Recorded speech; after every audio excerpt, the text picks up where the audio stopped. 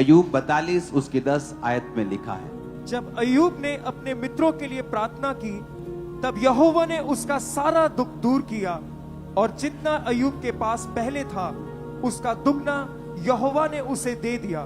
When Lord turned the captivity of Job and restored his fortunes. हम प्रार्थना करते हैं कभी, परमेश्वर तू कब बदलेगा, मेरी लाइफ को तू कब चेंज करेगा, जो कुछ गुम गया है, जो खो गया है, तू वापिस कब देगा, कब रिस्टोर करेगा मेरी लाइफ को। यहां पर अय्यूब के ऊपर एक परीक्षा थी। गहरी स्टडी कहती है कि वो परीक्षा सिर्फ परमेश्वर के कारण ही नहीं थी, वो अय्यूब के अपने शब्दों के और अपने डर के कारण थी। वचन कहता है अय्यूब ने कहा, जिससे मैं डरता था वो मुझ पे आ पड़ी। तो इसका मतलब है किसी भी चीज से हमें डरना नहीं चाहिए। हमारी लाइफ का कोई भी बुरा सपना नहीं होना चाहिए कि जो हमें लगे कि ये वाला मेरी चीज साथ नहीं होना चाहिए। किसी चीज से हमें डरना नहीं चाहिए। वो डर इनवाइट करता है उस चीज को घटना, उस घटना को घटित होने के लिए। लेकिन कुछ कमी जो अय्यूब की लाइफ में थी और कुछ परमेश्वर की मर्जी, दोनों इकट्ठी हो गई और अय्यूब के लाइफ के ऊपर परीक्षा आई। जब उसका सब कुछ चला गया, अंत में बीमार हो गया और ठीकरा लेकर अपने फोड़ों के ऊपर वो खुजलाने लगा और उसके 3 दोस्त उसके पास आए, बात करने लगे अय्यूब से और कहने लगे कि तूने कुछ ना कुछ तो पाप किया होगा, तूने कुछ ना कुछ तो गलती की होगी, ऐसे ही परमेश्वर का दुख तेरे ऊपर नहीं आया। सर्वशक्तिमान कभी गलती नहीं करता। ऐसा इतना बड़ा भयानक दुख तेरे पे आया है, तूने पक्का घमंड किया होगा, तूने पक्का कोई मुश्किल की होगी, तूने पक्का कोई गलत काम किया होगा, क्योंकि सर्वशक्तिमान तो न्याय करने वाला परमेश्वर है, वो अन्याय नहीं है। तो पक्का तूने कुछ किया है। और लेकिन अय्यूब अपनी बात पे खड़ा रहा कि मेरी कोई गलती नहीं है, मेरा कोई अपराध नहीं है, मेरा कोई पाप नहीं है। और वो लगातार अपने आप को कोसता रहा और अपनी मृत्यु की आस लगाता रहा और अपने दोस्तों को बोलता रहा और अपने आप को डिफेंड करता रहा। एंड में परमेश्वर आते हैं और दोनों के बीच में बीच बचाव करते हैं और परमेश्वर कहते हैं तेरे 3 दोस्त भी गलत हैं, क्योंकि इन 3 दोस्तों ने तुझे परखने में गलती की है। तेरी लाइफ में कोई ऐसा भयानक पाप नहीं था कि तेरी जिंदगी में इतनी बड़ी मुसीबत आई।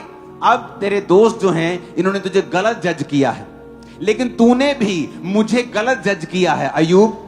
तूने भी समझा नहीं कि ये परीक्षा तेरे ऊपर क्यों आई है और तू अपने जन्मदिन को धिक्कार रहा है और मुझे कोस रहा है। तो परमेश्वर ने उन तीनों को भी गलत ठहराया, परमेश्वर ने अय्यूब को भी गलत ठहराया। जब ये सारा कुछ हो गया, ये घटनाक्रम सब कुछ हो गए, बीत गए, तो परमेश्वर ने अय्यूब से कहा कि अपने मित्रों के लिए प्रार्थना कर। जब तू अपने मित्रों के लिए प्रार्थना करेगा तो मैं जो तेरा है तुझे लौटा दूंगा। उसके मित्र तो गलत थे, अय्यूब को गलत जज किया, पर फिर भी परमेश्वर ने कहा कि अपने मित्रों के लिए प्रार्थना कर। आज आपको कोई एक ताना मार देता है और आप सारी उम्र उसको भूलते नहीं।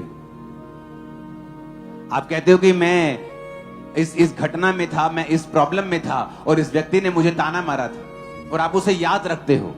बल्कि आप उसे याद रख के आप उसके लिए बदला लेने की इच्छा भी रखते हो कि जब परमेश्वर मुझे ब्लेस करेगा फिर मैं इसकी बैंड बजाऊंगा। और यहां पे परमेश्वर ने कहा अय्यूब, अगर तू चाहता है मैं तुझे लौटा दूं तो तुझे अपने मित्रों के लिए प्रार्थना करनी होगी।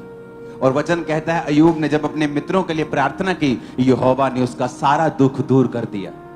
उसके मित्र भी श्राप के भागी नहीं हुए, क्योंकि जब आप किसी के लिए प्रार्थना करते हैं जिन्होंने आपको दुख पहुंचाया हो, जब आप उनके लिए आशीष के लिए प्रार्थना करनी शुरू करते हैं तो ऑटोमेटिकली आप उन्हें माफ कर देते हैं। चाहे उन्होंने आपके लिए दुख दिया हो, चाहे वो आपके लिए, चाहे वो परमेश्वर का दास हो, चाहे वो आपकी फैमिली हो, चाहे किसी कोई दुख देने वाला हो, चाहे वो आपके अगुवे हो, चाहे वो कोई भी जन हो। जब आप प्रार्थना करना शुरू करते हैं तो वचन कहता है कि परमेश्वर आपको आशीष देना शुरू करता है।